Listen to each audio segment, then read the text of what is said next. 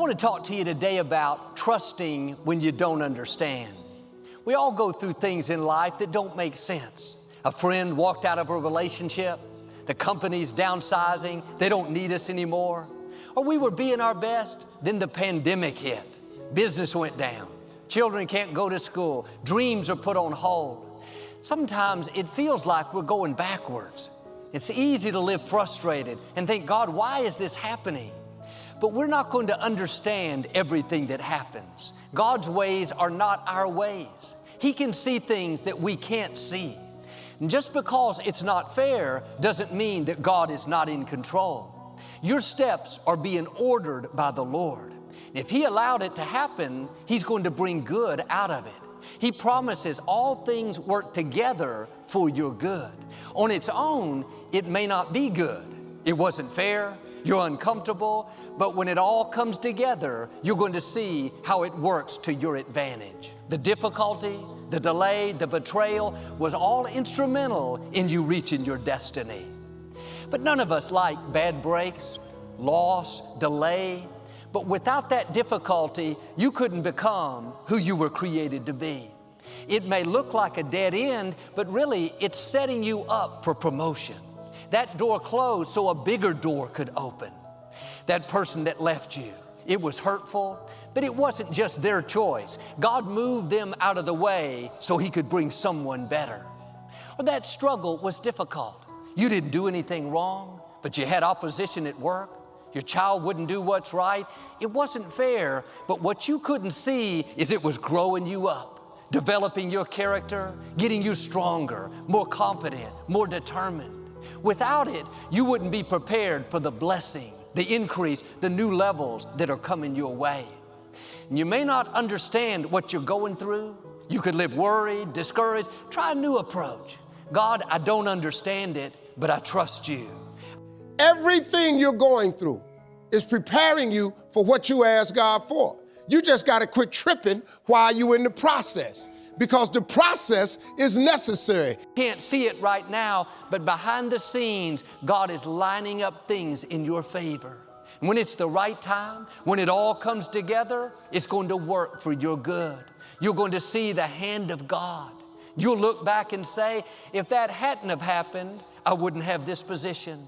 If that door hadn't have closed, I wouldn't have met this person. If I hadn't have gone through that difficulty, I wouldn't have stepped into this new level.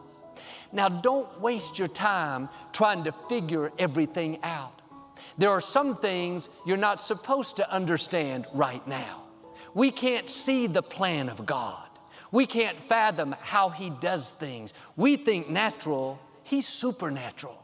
And if you're always trying to figure it out, it's going to frustrate you.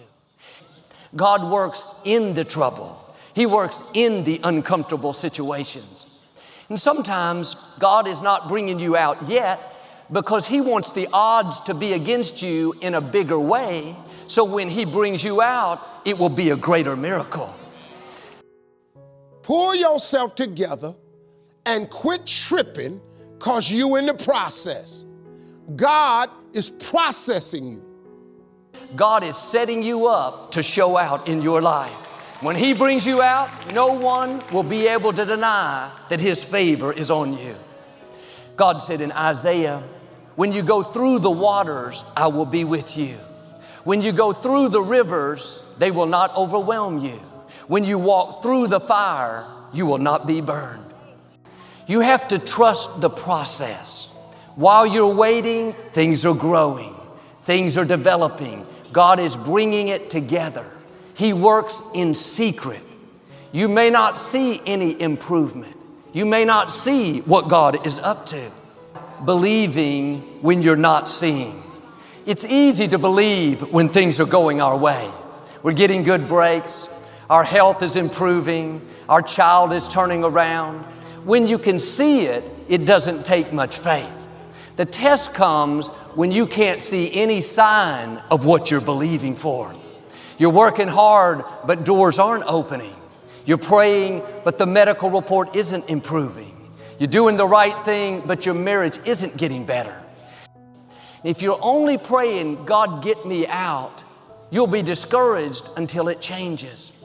Joel, I can't enjoy my life. I have this child that's off course. I'm dealing with an illness. My finances are low. When it turns around, they don't have a good attitude. You're waiting for God to bring you out while God is waiting for you to invite Him in. You have to do like David. Father, thank you that you are with me right here in this valley. I'm not going to live afraid and worried. I may not see a way, but I know you have a way. But there's something God has put in your DNA where you can believe when every circumstance says it's not going to happen. The odds may be against you today. Your dream seems impossible. The medical report's not improving. You've struggled with the addiction for years. Looks like the promise is dead.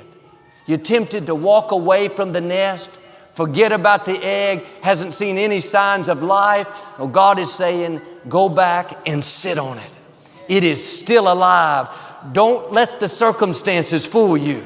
Just because you don't see anything happening on the outside doesn't mean something is not happening on the inside. All you can see is, Joel, I'm praying and nothing's happening. I'm doing my best, but nothing's improving. You're in a season of silence. The question is, are you going to get discouraged and quit believing because you're not seeing? Or are you going to dig your heels in and say, God, I may not see anything happening, but I'm not moved by what I see. I'm moved by what I know, and I know what you promised me is on the way. David said, though I walk through the valley of the shadow of death, I will fear no evil. Why?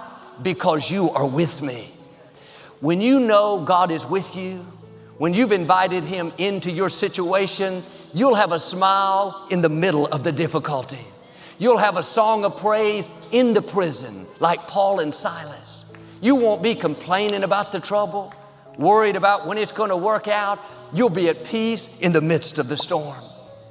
And the reason David didn't live afraid, even though he went through valleys and all kinds of adversities, is he understood this principle to invite God into the trouble. He wasn't just waiting to get out. He knew that God was right there with him. A friend of mine is in commercial real estate. He specializes in hotels. He'll buy them, run them for a few years, then turn around and sell them. At one point, he owned over 200 hotels.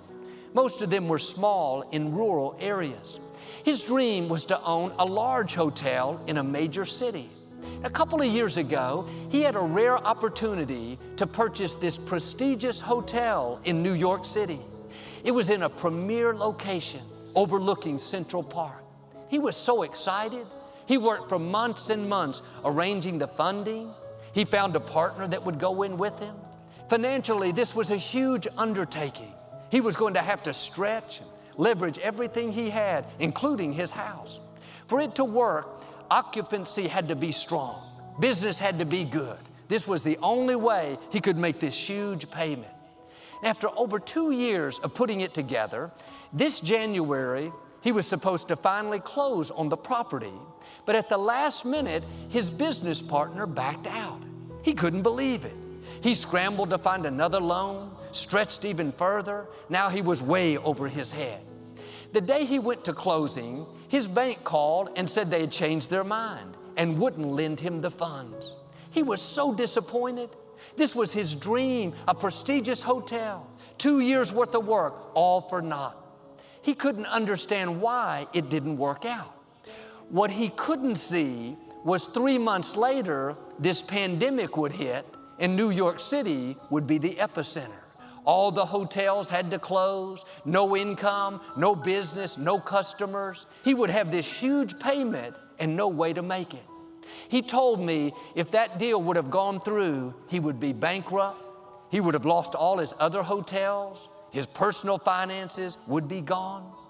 Sometimes what we think is a bad break is really God protecting us.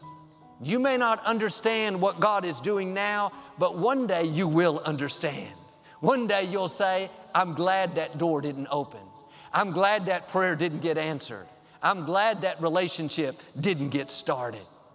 I'm asking you to trust when you don't understand. God can see the big picture for our lives. All we can see is a little down the road. God knows where the dead ends are. He knows where the shortcuts are. He's ordering your steps. I used to just thank Him for the open doors, but now I thank Him just as much for the closed doors. Because if it's not supposed to be mine, I don't want it. If God is closing a door, don't fight it. If you tried your best and it didn't work out, yes, be persistent, but at some point you have to accept it as God's plan and move on. That's a sign that God has something better, something more fulfilling, more rewarding. Doesn't mean that it's never going to happen. It may just mean that it's not the right time.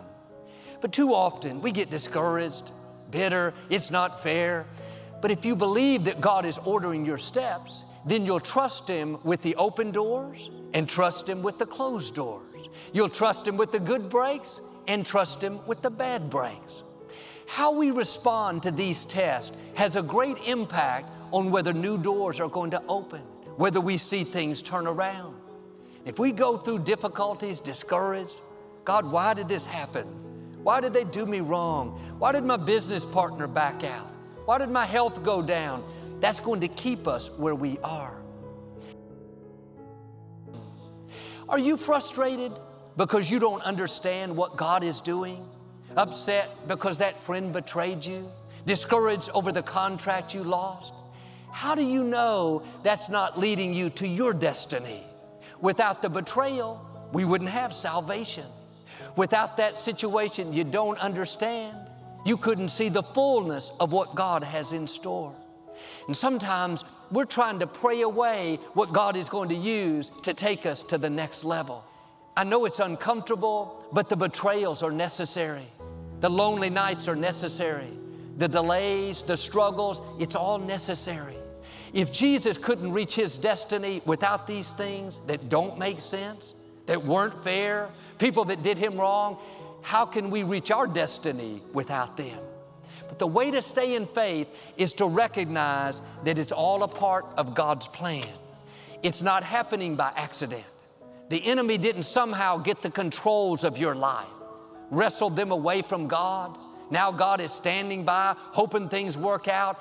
God has you in the palm of His hand.